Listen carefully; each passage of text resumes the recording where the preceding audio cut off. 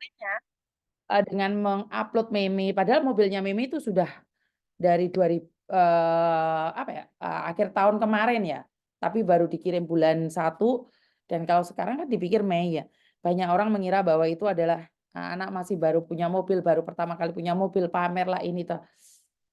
Saya bukan ingin menanggapi, cuman saya kurang tahu kenapa orang-orang jadi sensi banget dengan apa yang dilakukan oleh meme, padahal itu atau karena saya pertama kali pakai TikTok ya, di TikTok itu meme dihujat habis-habisan.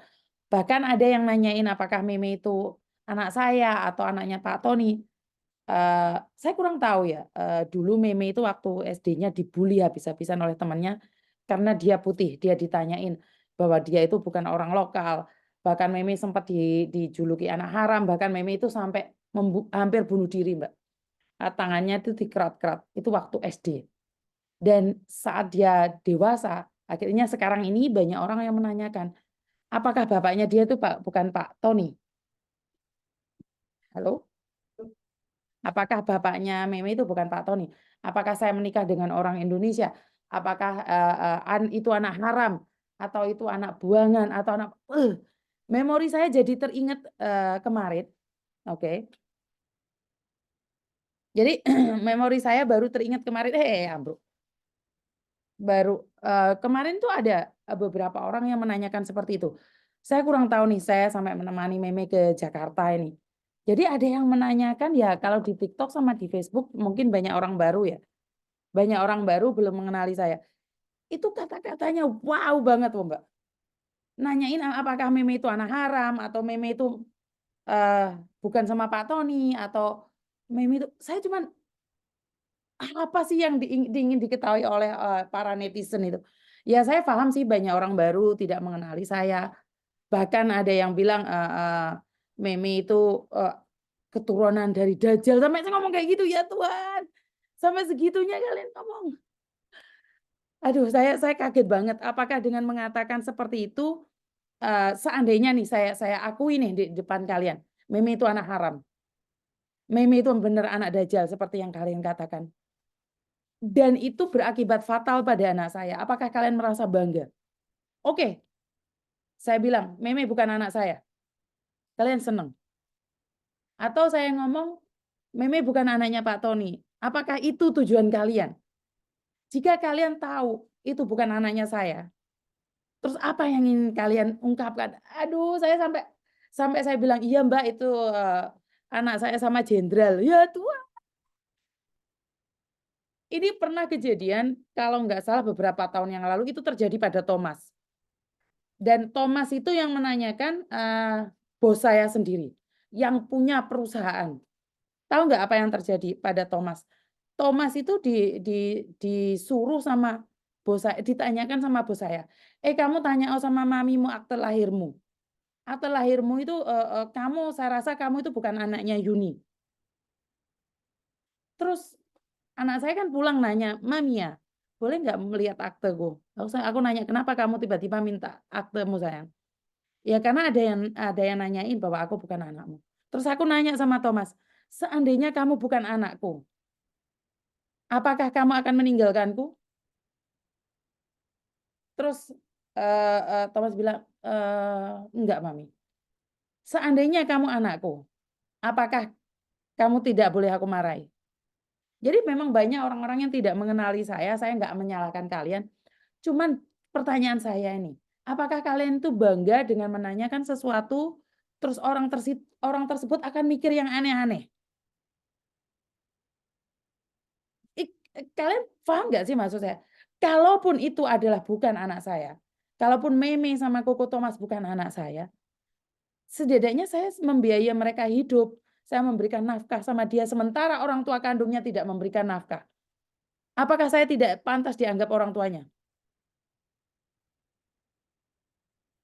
Saya nanya sama kalian, seandainya benar Meme itu bukan anak saya, seandainya memang benar Thomas itu bukan anak saya, apakah kalian akan merasa senang dengan pengakuan saya itu?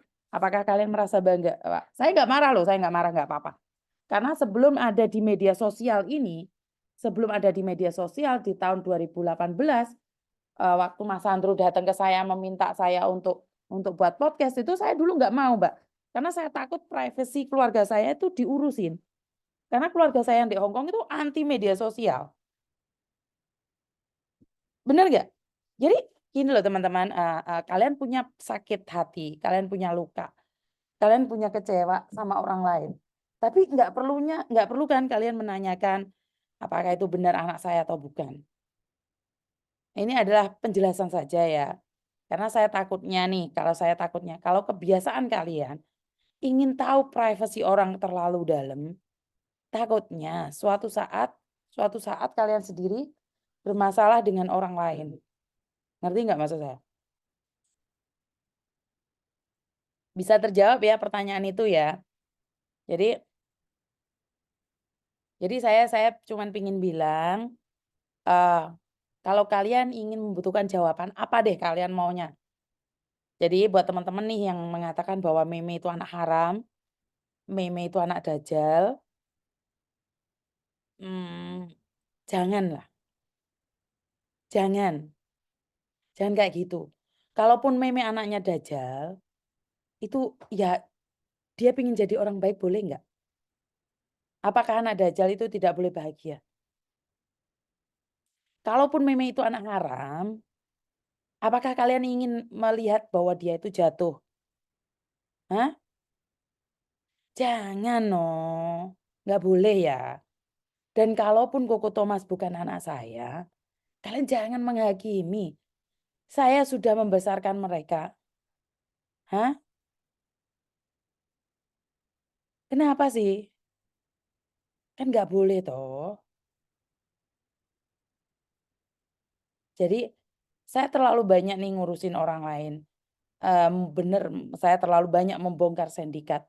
Saya terlalu banyak menyakiti para para penipu-penipu. Nah, kalian kan nggak tak tipu nih. Apakah yang nanyain kayak gitu akan menanyakan pribadi anak-anak saya? Bener nggak? Sebenarnya nggak masalah kalian menghujat, saya sudah siap. Dulu saya pernah dikatakan sama teman saya, "Miss Yuni untuk jadi terkenal resikonya itu dihajar netizen." Dan saya bilang, "Nggak apa-apa untuk kebaikan orang sih saya siap dihajar netizen." Saya siap dihajar netizen, waktu itu saya katakan itu sama teman saya. Wah, bukan cuma anak saya ternyata yang dihajar. Anak-anak saya dihajar semuanya sama netizen. Sampai dikatakan anak haram lah, anak apapun. Ya tolong ya. Kalaupun dia, gini loh Mbak, kalau itu memang benar bukan anak saya, terus orang tuanya tidak mau merawat, saya menafkainya boleh nggak? Daripada nih dia punya ayah, daripada dia punya ibu tapi dia tidak ngerumat, bahkan dibuang. Bener nggak? Saya pribadi merasa lost doll, cuman kan anak saya sudah bisa membaca toh Mbak. Iya, takutnya salah paham. Bener nggak? Jadi tapi saya nggak apa-apa, saya nggak marah. Saya cuman mengingatkan hati-hati. Kalau namanya orang, ya, jadi namanya orang itu bagaimana sih? Ojo kebacut, ojo over. Saya takutnya kalian kan punya keturunan. Kecuali kalian adalah sindikat-sindikat yang saya serang, akhirnya kalian mencoba menyerang saya. Jadi, eh, saya nggak bisa ngomong apa-apa. Ya wis nggak apa-apa lah. Sakarepe kalian wis menghujat saya. Tapi kalian menghujat saya bukan berarti saya berhenti untuk sikat sindikat ya. Saya tidak akan pernah berhenti untuk sikat sindikat. Kalian mengatakan anak saya itu apapun saya nggak masalah. Kalian nggak bisa ngajar saya, makanya kalian ngajar anak-anak saya. Bukan hanya kalian, bos saya aja ngajar anak saya. Bos saya aja nyuruh si Thomas untuk tanyakan akte kelahirannya ke saya. Dan itu menjadi pengingat saya, betapa jahatnya mulut manusia. Dia Thomas pulang tiba-tiba nangis dan meluk saya. "Mami ya, boleh nggak kasih aku akte lahirku?" Hah? Bos saya loh itu, bos saya.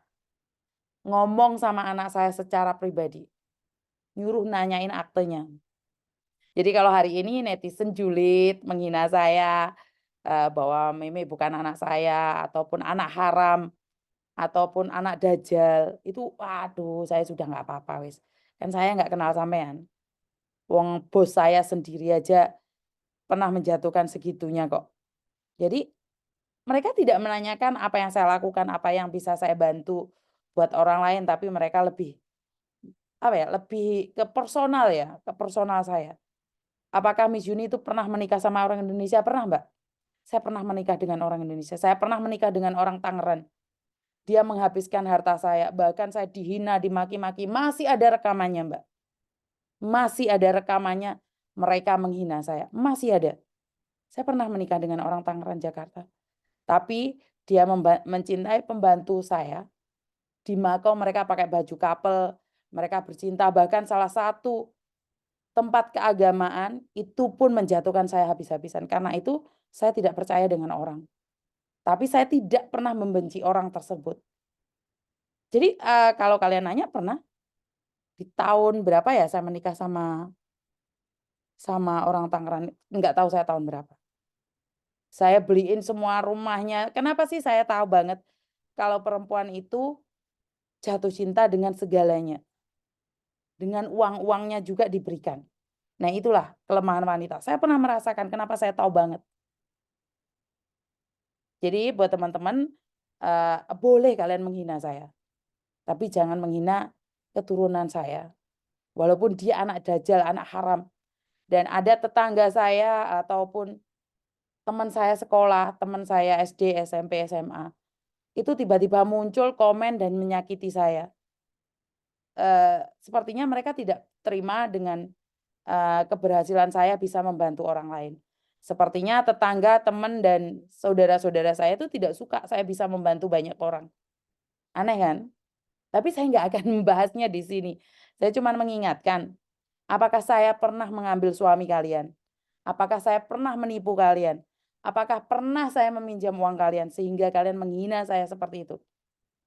Jadi tidak apa-apa. Saya selalu katakan, kalian boleh hina saya mungkin ikhlas hari ini. Tapi malaikat tidak ikhlas dengan apa yang kalian lakukan pada saya. Ya. Jadi buat teman-teman, tetangga saya karena tahu saya viral di kampung ataupun saudara saya, teman-teman saya SD, SMP, SMA mencari celah, bahkan membongkar aib saya, menghina saya izinkan kalian untuk melukai saya selagi saya tidak merampas suami sekalian, saya tidak merusak rumah tangga kalian dan saya tidak meminjam uang kalian. Silahkan hina saya. Saya nerima apa adanya. Yang penting saya nanam bagus, semoga saya tetap bagus, oke? Jadi sekali lagi, saya ikhlas. Saya ikhlas sebagai orang. Tentunya kalau kalian ingin mencari kelemahan saya, kalau kalian ingin menghina saya, terlalu banyak kelemahan saya, tapi itu masa lalu saya. Itu masa lalu saya. Kalau dulu saya jahat, saya sudah akui. Saya itu orangnya jahat banget. Kalau kalian lihat saya 10 tahun atau 15 tahun yang lalu, saya tidak segan-segan melakukan apapun pada siapapun. Bahkan saya akan mendatangi rumah kalian kalau saya merasa difitnah. Tapi tidak hari ini. Tapi tidak hari ini. Hari ini saya pasrahkan hidup saya sama Tuhan setelah saya pincang, setelah saya semper, setelah saya punya getah benih, setelah saya divonis hampir mati, saat ini saya tidak akan bertengkar dengan siapapun. Saya akan melakukan yang terbaik agar belajar lebih baik lagi.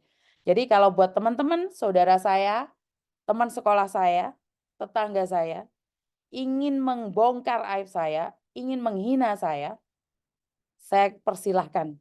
Saya kasih kalian platform untuk menghina saya. Jadi saya izinkan kalian untuk menghina saya. Saya tidak akan marah dengan hinaan kalian. Yang penting saya tidak merusak kalian sama sekali. Ya, itu aja ya mungkin ya. Jadi